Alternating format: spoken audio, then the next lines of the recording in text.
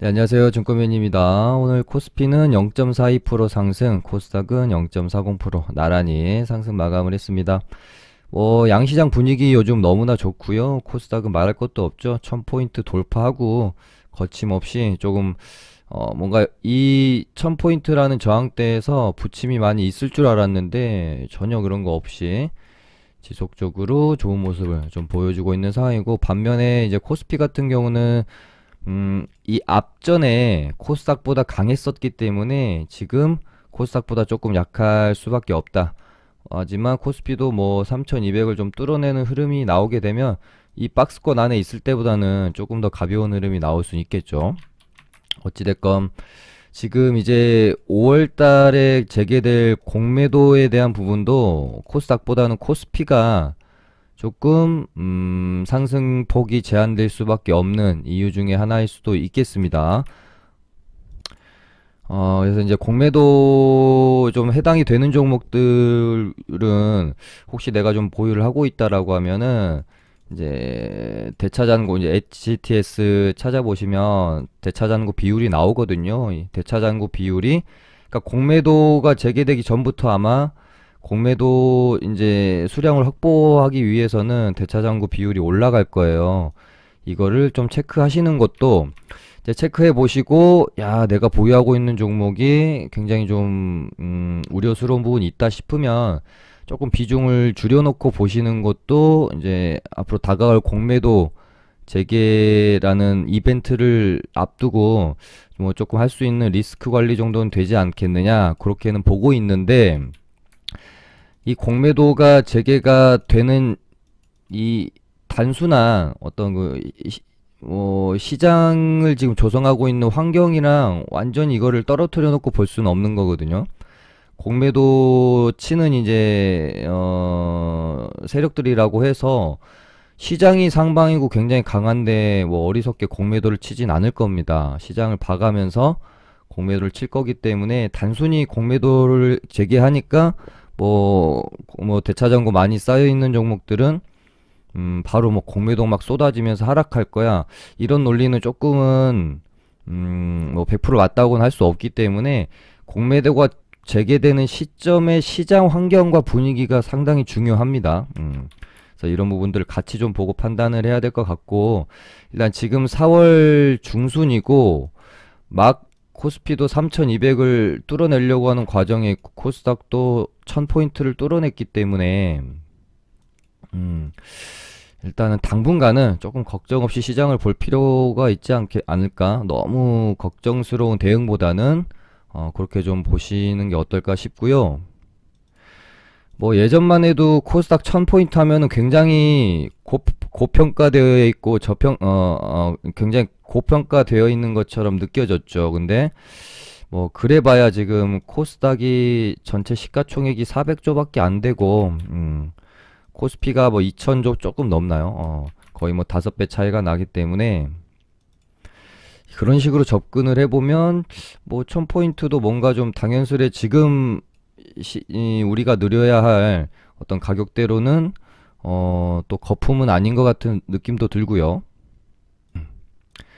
한편으로는 또 좀 쓸쓸하기도 하죠. 쿠팡이라는 기업 하나가 미국에서 100조 가치를 담당을 하고 있는데, 사쿠팡이면은 우리나라 코스닥 시장 시총이니까, 야, 이렇게 생각하면 너무 좀 그렇다라는 생각도 들고요. 아무튼 이대로 조금 우리가 우려하고 있는 어떤 뭐 큰 조정 없이 쭉쭉 그냥 우상향하면서, 우리 증시도 이제 좀 그 체질 자체가 바뀔 때가 됐잖아요. 언제까지 박스권 안에서 이렇게 놀고 있을 겁니까? 그럴 수 있는 뭐 올해가 한번 됐으면 하는 그런 바람입니다. 일단은 요거 한번 다시 한번 짚어드리고 넘어가겠습니다. 원래는 제가 카톡에다가 요렇게 생긴 돋보기에다가 제 이제 채널 이름을 치면 이제 계정이 나오고 그거를 사용했었는데, 이제 카톡 요새 사칭범들이 난리죠. 근데 이거 카톡에서 전혀 조치를 안 해줍니다. 이거 진짜 이해를 할 수가 없는데, 이유가 뭔지 모르겠어요. 전혀 조치를 해주지를 않아요. 암튼 똑같은 카톡 계정을 프로필 사진까지 이제 도형에다가 만들어 놔서 혹시 이제 누군가는 헷갈려서 사칭범한테 문의를 막 할 수 있는 거잖아요. 그러면은 막 말도 안 되는 뭐 해외 사이트로 되어 있는 도박 사이트로 막 투자 상품을 유도하고 이런 일이 있습니다. 그래서 이제 뭐 이 카카오톡 아이디로 검색을 해서 친구 추가를 하시면 이거는 이제 도용이 불가하죠. 이 아이디는 저밖에 쓰는 게 아니기 때문에 앞으로는 이제 증권맨 김서지로 검색되는 카톡 계정은 사용을 하지 않을 겁니다. 기존에 이쪽으로 연락을 주시던 분들도 이제 앞으로는 이쪽으로 주시기 바랍니다. 일단은 제가 조금 집중이 안 돼요, 사실은. 포스코 임태그라는 종목을 저 이제 리딩방에서 이 박스권, 이제 요 행보 구간 안에서 이제 매집을 해가지고, 매수를 해가지고, 오늘 일단 수익권으로 홀딩한 채 마무리를 했는데, 시간에서 좀 많이 뜨고 있거든요. 그래서 아까는 상한가까지 좀 찍더니, 일단 좀 밀려서 지금 조금 집중이 안 됩니다. 죄송하네요. 보면서 해야 될 것 같아서.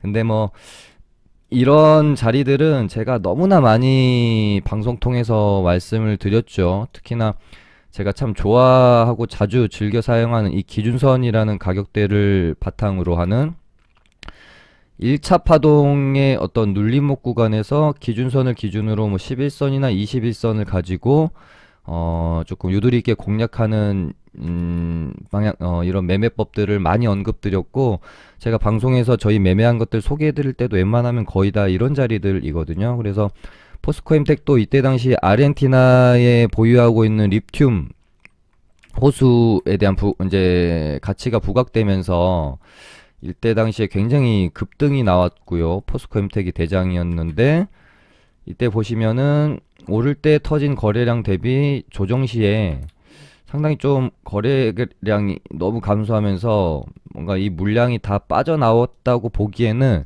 조금 의문이 들 수 있는 형태로 이렇게 이제 눌림목이 형성이 됐습니다. 물론 거래량이 터지지 않았다고 해서 세력 물량이 다 무조건 빠져나오지 않았다라고는 볼 수는 없어요. 그냥 가능성을 좀 더 높게 보는 거죠. 이렇게 강했던 녀석이 이렇다 할 반등 없이, 반등 한 번 없이, 뭐 양봉 하나 안 빼고 계속 밀어버렸죠. 그래서 사실 저희는 요 정도 구간에서 반등이 나올 줄 알고, 저희가 매수한 게 이때인가? 요때 정도 될 것 같아요. 요렇게 가는 시나리오를 저는 머릿속으로 그렸는데, 페이크 주면서 한 번 더 빼더라고요. 근데, 손절을 하지 않았던 이유는 제가 리딩방에서도 회원님들한테도 말씀을 드렸지만, 얘는 이 가격대를 못 깹니다. 절대 못 깹니다. 완전 여기서 뭐 이제 물량 다 털고 나가리 나는 애면은 여기를 깨고 떨어지겠지만, 그래 보이지가 않기 때문에, 첫째 날 상한가 만들었던 이 저점 구간을 얘는 깨기 힘들 겁니다. 라고 말씀을 드리면서 홀딩을 했고요. 결국은 이 횡보 구간 안에서 계속해서 롤링을 좀 해가는 모습. 그러다가 저희도 이제 8,900 얼마에 좀 가지고 있었는데, 일단은 홀딩을 하니까 뉴스랑 같이 오늘 이제 포스코가 이제 리튬 사업을 본격화하겠다는 뉴스가 나왔고요. 그 다음에 요것도 있고, 최근에 제가 철강 산업에 대해서 정말 방송에서 말씀을 많이 드렸어요. 계속해서 성장성이 높을 수 있고, 물론 지금까지도 그 어떤 섹터에 비해서 이미 많이 올라와 있는 것도 사실입니다만은 앞으로도 더 계속 좋을 수 있다. 이렇게 철강 산업에 대해서도 제가 말씀드리면서, 포스코 엠텍 말고도 저희는 문배철강 이런 종목들도 매매를 해서 수익을 내고 나왔거든요. 얘는 방송에서도 제가 조금 사실 좋게 말씀을 드렸기 때문에 요때 당시에 말씀을 드렸기 때문에 제 방송 보시고 또 문배철강 수익 내신 분들도 많이 계세요. 얘도 뭐 나쁘지 않아 보이고, 아무튼 포스코 엠텍은 홀딩을 해서 좀 가지고 있고 시간에서 많이 뜨네요. 일단은 얘가 이 구간 안에서 이렇게 준비를 했다라는 것은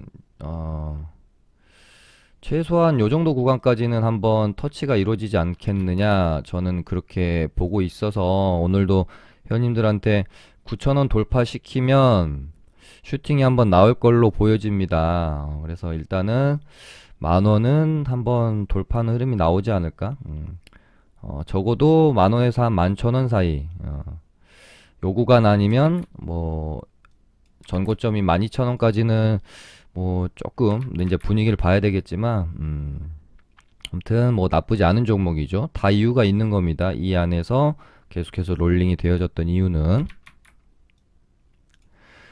어제 제가 토박스 코리아를 관심 종목으로 좀 말씀드리고 포스코 임텍도 다뤄드릴까 했었는데 좀 아쉽긴 하네요. 방송에서 얘는 제가 깜빡을 해가지고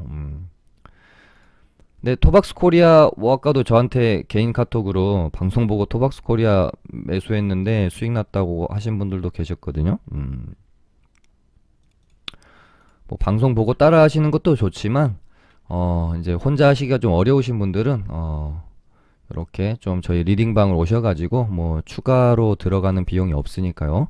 함께 하시는 것도 좋을 것 같고, 토박스 코리아는 제가 어제 심상치 않다. 왜냐면은 얘가 지금 삼성 출판사랑 스마트 스터디 관련 이제 삼성 출판사가 대장이었고 토박스 코리아가 2등주였거든요. 근데 대장인 삼성 출판사가 조정을 받고 있는데 2등주인 토박스 코리아가 심상치 않아요. 이렇게 딱 보셔도 이 매물대 오히려 상승을 하고 있었죠.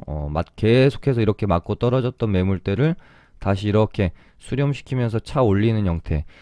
제 방송 보신 분들은 거의 다 급등 전에 차트는 이런 모양이다라는 걸 머릿속에 이제는 좀 외우실 때가 된 것 같아요.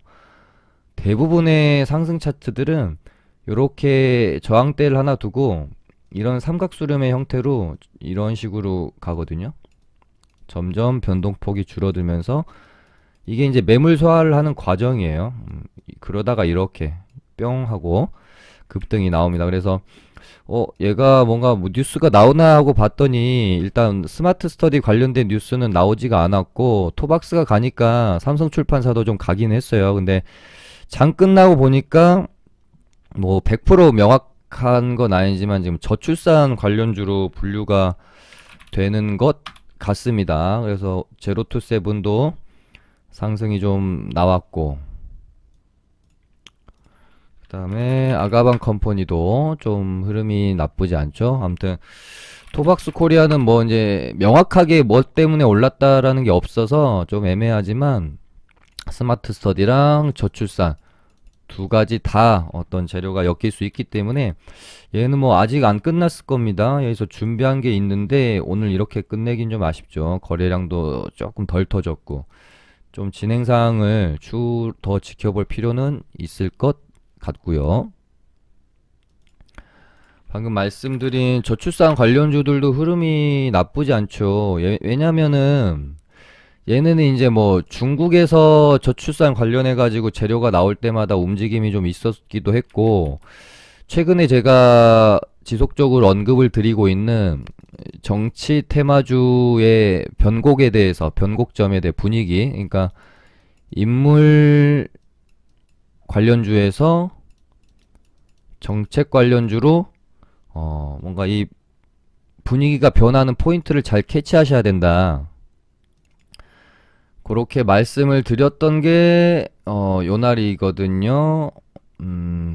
인맥주에서 정책주로의 변곡점 12일이니까. 근데 이렇게 제가 방송을 한 다음날 어떤 종목이 지금 시장에서 가장 강하냐, 윤석열 일자리 정책 관련주로 분류가 되면서 지금 위즈코프가, 그러니까 제가 방송한 날은 이날이잖아요. 요날 제가 인물에서 정책주로 바뀐다고 말씀드린 바로 다음날 최근에 가장 핫했던 윤석열 정책 관련주로 일자리로 엮이면서 지금 이 현상을 가고 있습니다. 그러면서 인물 관련주들은 조금 약세를 보이고 있죠. 얘가 일단은 뭐 대장이고 뭐 윌비스 뭐 같은 종목들도 있고요. 아시아경제도 이쪽으로 편입이 되는 것 같은데 명확하게 또 나온 건 얘도 좀 뉴스가 나온 건 없어서 일단 추측만 그렇게 좀 하고 있는 상황이라고 보시면 될 것 같고, 자, 그럼 이쯤에서 어떤 부분을 생각해 봐야 될까요? 윤석열 테마의 정책주가 형성이 되었다. 이 부분은 일단은 일자리로 형성이 되어졌다. 그러면 이 다음에는 이재명 관련주의 정책주가 형성이 될 수도 있겠죠.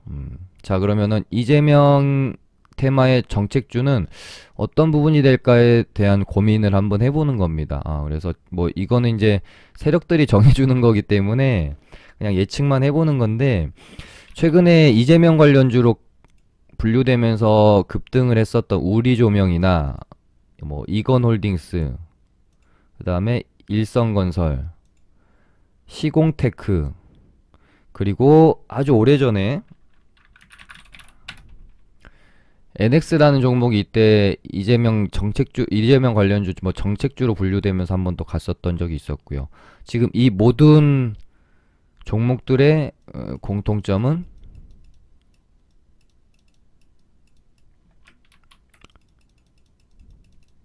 주택, 건자재 관련이라고 보시면 되겠죠. 그래서 혹시 지금 어찌됐건 가장 핫한 또 어떤 정책의 주제이기도 하고요. 그러다 보니까 지금 문재인 정권에서 어떻게 보면 이번에 이제 선거 때 여당이 패배한 이후로 가장 많이 뽑고 있는 게 이제 어찌됐건 뭐 부동산 문제, 뭐 LH 문제까지 좀 겹치면서, 그렇기 때문에 뭐 이제 이재명이든 야당의 어떤 뭐 대선 주자가 나오던 간에 이 주택 관련된 정책이 나오지 않기가 힘들지 않을까, 저는 그렇게 보고 있습니다. 그래서 이쪽 관련주들을 저도 계속해서 모니터링을 하고 있고요.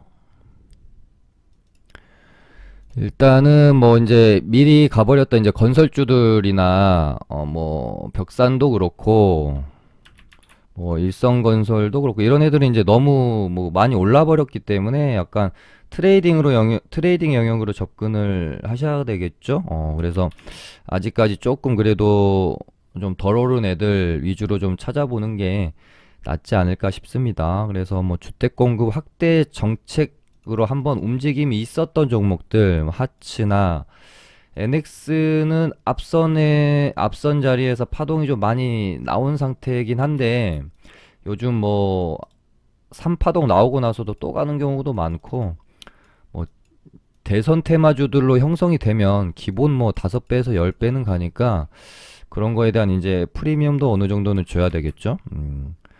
한국 가구도 있었고요. 근데 뭐 차트가 그렇게 예쁘지는 않네요. 아무튼 뭐 무조건 막 종목들을 보시는 게 아니라 뭔가 만들어가고 있는 느낌이 들어야 됩니다. 준비를 하고 있는 느낌, 매물 회화를 천천히 해가면서 뭔가 준비를 하고 있다라는 느낌이 드는 종목들 위주로 좀 보시다가, 뭐 선침해를 좀 하는 것도 괜찮지만 그거는 뭐 기간 리스크도 있고 하기 때문에 비중을 너무 실지는 마시고요. 일단은 뭐 그런 식으로 정책주에 대한 준비를 해보시는 게 좋을 것 같고, 각 이제 뭐 대선 주자들이 어디 가가지고 하는 뭐 인터뷰가 될 수도 있고요. 뭐 연설 같은 것들을 상당히 이제 눈여겨서 볼 필요가 있겠습니다.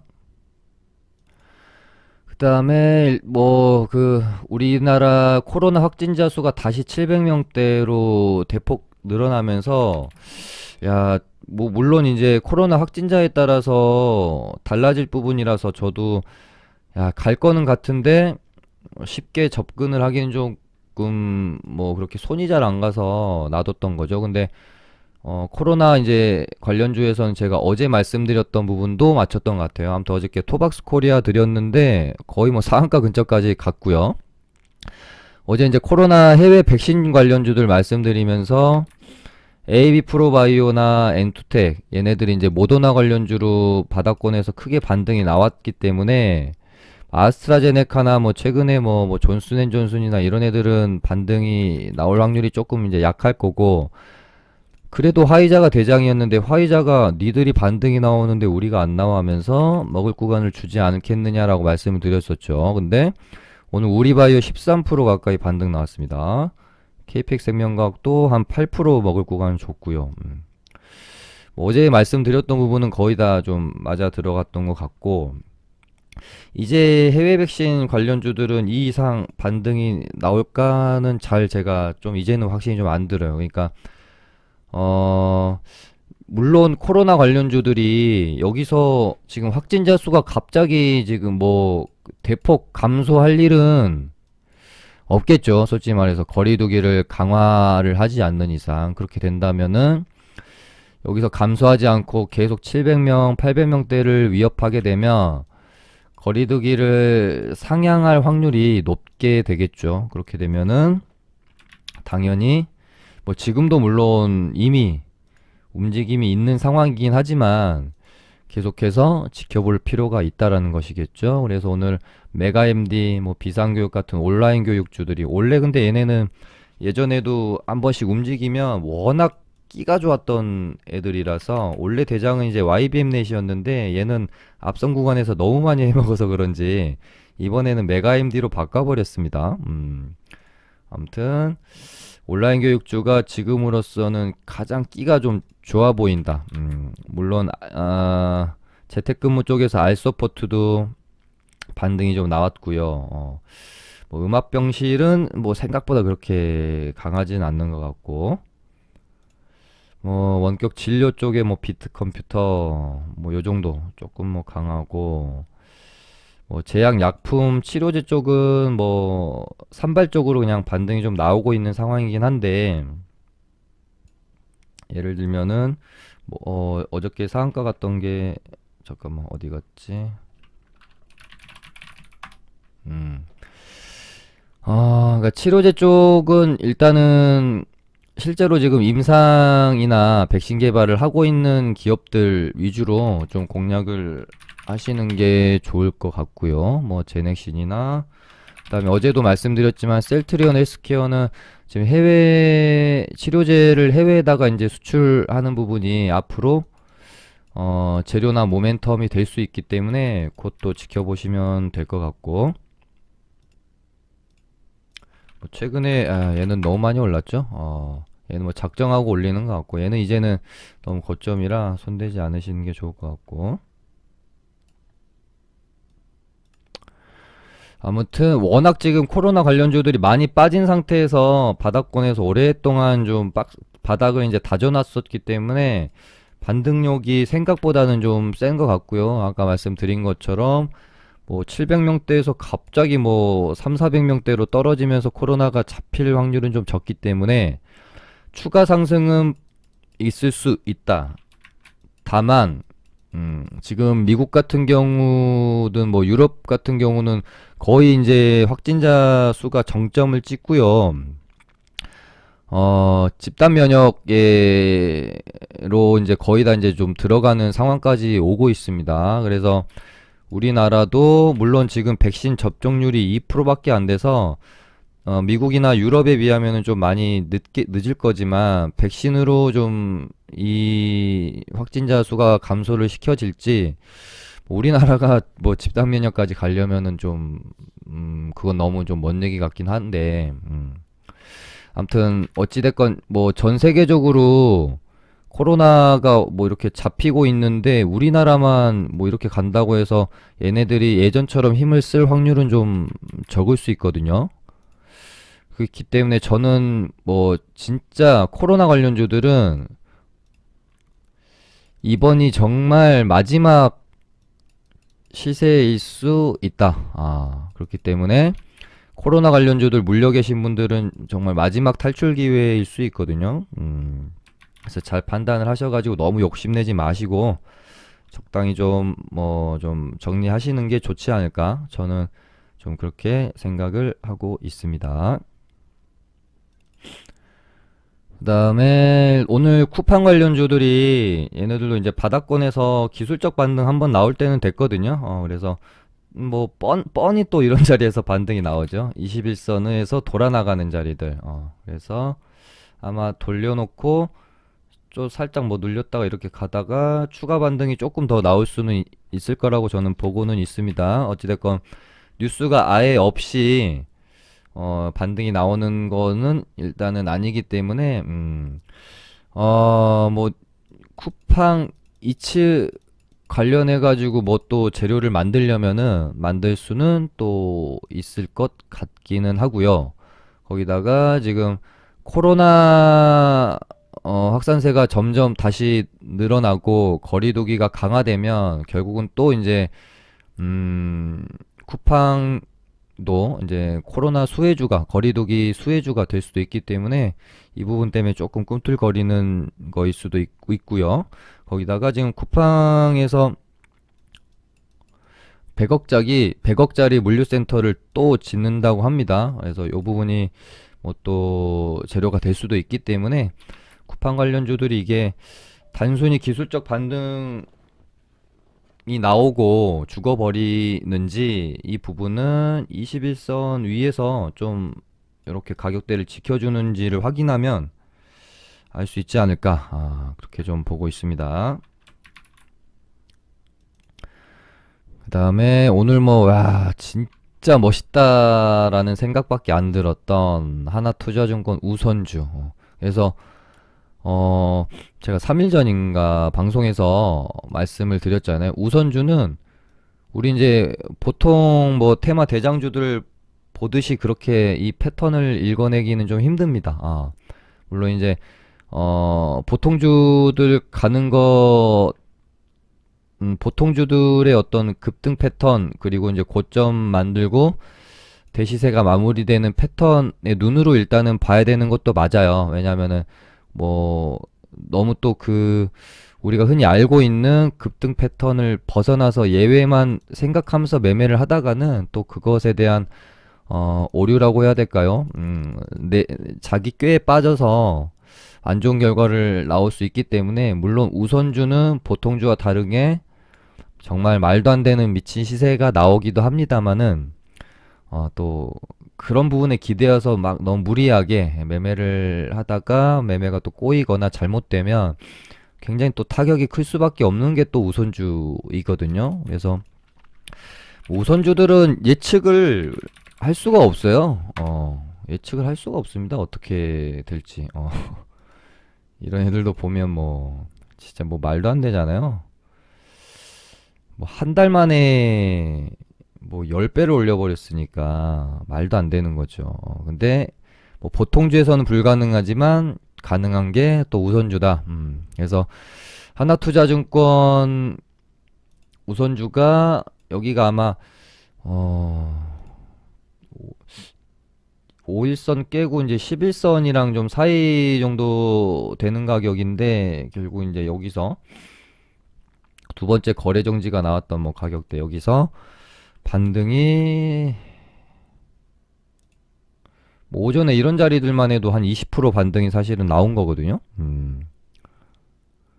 50%짜리 저점 되면 50%짜리 반등이 나왔어요. 야, 뭐 대단합니다. 야, 어떻게 될지 궁금해요. 전고점을 또 넘기는 시세가 나오게 될지 궁금합니다. 근데 오늘 상까지 말았으면 전고점을 아마 넘기려는 심산인 것 같은데, 뭐 저는 뭐 여기선 더 이상 이제는 뭐 쳐다보진 않을 거거든요. 아무튼 이거는 이제 뭐 신의 영역이라서 저는 그냥 별 생각이 없습니다. 그냥 제게 아니라서. 아무튼 두나무 상장 관련주들 또 오랜만에 조정 거치고 대장주인 하나투자증권 우선주가 반등이 나오니까 뭐 이제 에이티넘이나 뭐 우리기술투자 같은 종목들도 반등이 나왔고요. 지금 우리기술투자는 비트코인 관련주로도 좀 뭐 엮여 있을 텐데, 요것도 말씀드렸습니다. 말씀드린 대로 좀 되는 것 같아요. 비덴트도 보시면 여기가 이제 이때가 점상 갔던 요날 점상 갔던 종가 제가 저항 구간으로 딱 해놓은 거고, 이 저항 구간을 지금 지속적으로 뭔가 좀 넘기려고 하는 그런 매물 소화 과정인지, 뭔가를 좀 기다리고 있는 건지, 기다리고 있는 뉴스, 그러니까 본격적인 시세가 아직은 좀 안 나왔잖아요. 계속 이런 식으로 흘러가고 있기 때문에 본격적인 시세를 내기 위한 뉴스가 비트코인의 가격일지 아니면은 한번 이제 시세를 줬었던 뭐 빗썸 인수 관련된 뉴스를 기다리는 건지 아무튼 둘 중에 뭔가는 좀 기다리고 있는 모양새인 것 같아요. 그래서 일단 오늘 재돌파하면서 비트코인도 뭐 지금 8천만 원 찍었나요? 진짜 이러다가 1억 찍겠어요. 아마 뭐 비트코인이 1억을 찍으러 가게 되면 관련주들은 시세가 크게 한번 나지 않을까 그렇게 좀 생각을 하면서 저도 보고는 있습니다. 네, 그럼 오늘은 이렇게 해서 맞춰보도록 할게요. 감사합니다.